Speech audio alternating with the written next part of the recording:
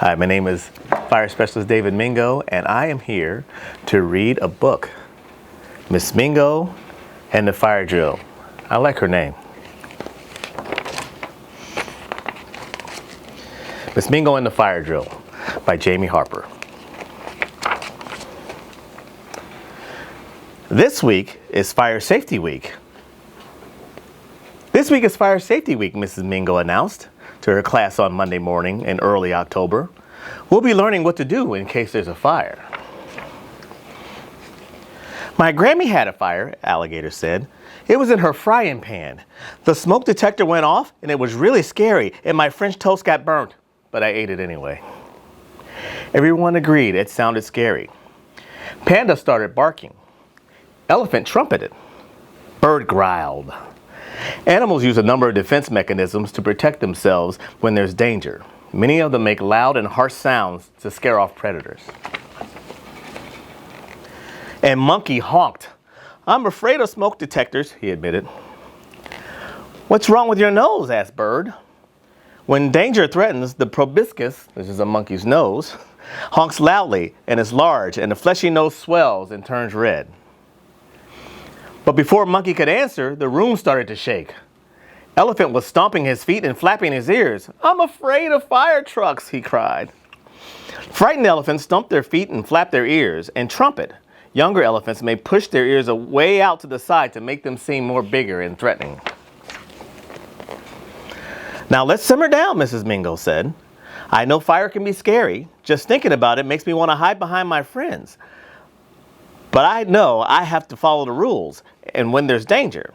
So today we have a visitor coming who will teach us how to prepare and be safe. Flamingos move in tightly packed flocks, making it easier for them to spot large predators. At that very moment, a very big bear entered the room. Good morning, he roared. Snake hissed loudly and puffed up his body as much as he could.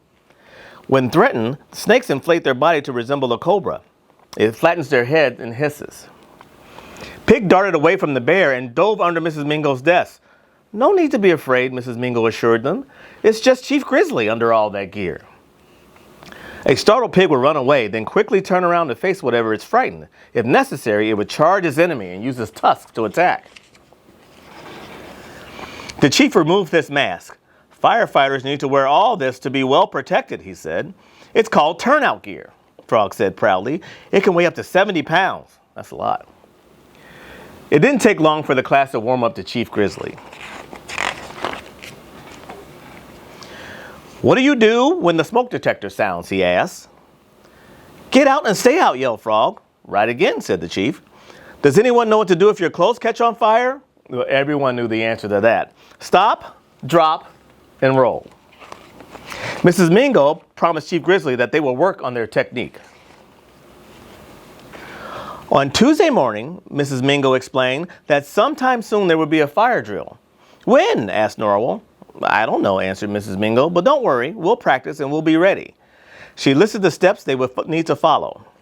Stop everything, get in line with a buddy, no talking, follow the primary route out of the building, go to a designated spot outside and line up. First they practiced lining up.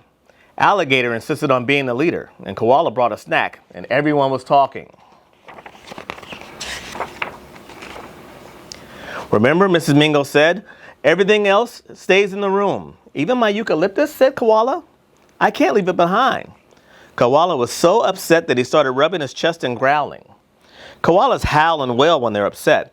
In some aggressive encounters, the male koala will rub his chest, and the glands release a strong, musty odor. P.U., exclaimed Alligator. What's that smell? She dropped Koala's hand and ran towards the end of the line. Oh my, Mrs. Mingo said, opening up a window. Why don't we practice some more outside? Today we'll take the primary route outside, Mrs. Mingo said as they left the room. Next, that's the most direct way out of the closet and the closest way out of the building. The secondary route, announced Frog, is just another way we can go in case we can't use the first one. Mrs. Mingo gave him a nod, and there was lots of noise as the class made its way through the hall. You can see their primary route and their secondary route. Finally, Mrs. Mingo's class made it to the meeting spot outside. Mrs. Mingo called each student by name, and when Panda didn't answer, she scanned the schoolyard. It didn't take Mrs. Mingo long to find her wedged in a tree, all curled up. "Panda, why aren't you in line?" "I'm scared," Panda said. "What if I'm all alone in the bathroom and the alarm goes off?" "No one will be left behind," said Mrs. Mingo. "The teachers and firefighters will check the whole school. They'll tell us when it's safe to go back inside." On Wednesday, Mrs. Dillo, the lunch monitor, came to eat with the class while Mrs. Mingo ate in the teacher's lounge. Suddenly, a loud sound ripped through the classroom. "Excuse me," said Hippo, wiping his nose. "It's the fire drill," yelled Cockroach. No, it's just a sneeze," cried Hippo, but no one heard him. Giraffe was so frightened that he tipped over his chair. "Stop everything, please," Mrs. Dillo said. Cockroach was hissing loudly and made Centipede mad. If faced with danger, giraffes can deliver a deadly kick with their front legs. It's powerful enough to kill a lion.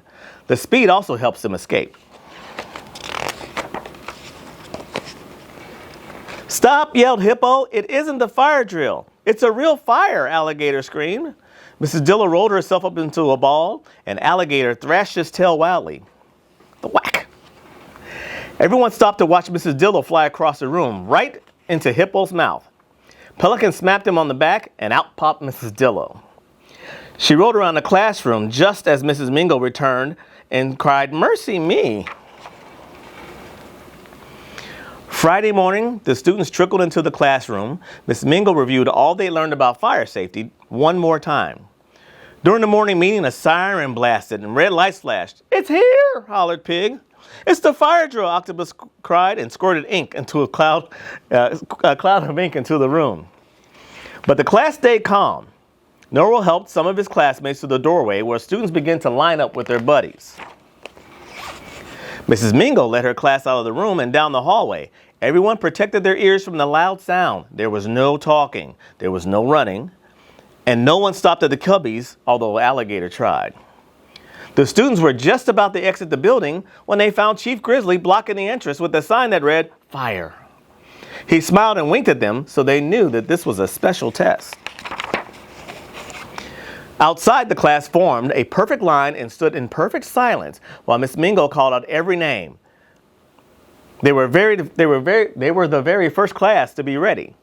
Miss Mingo was so proud of her students, and so was Chief Grizzly, who rewarded them for a job well done. Miss Mingo and the fire drill.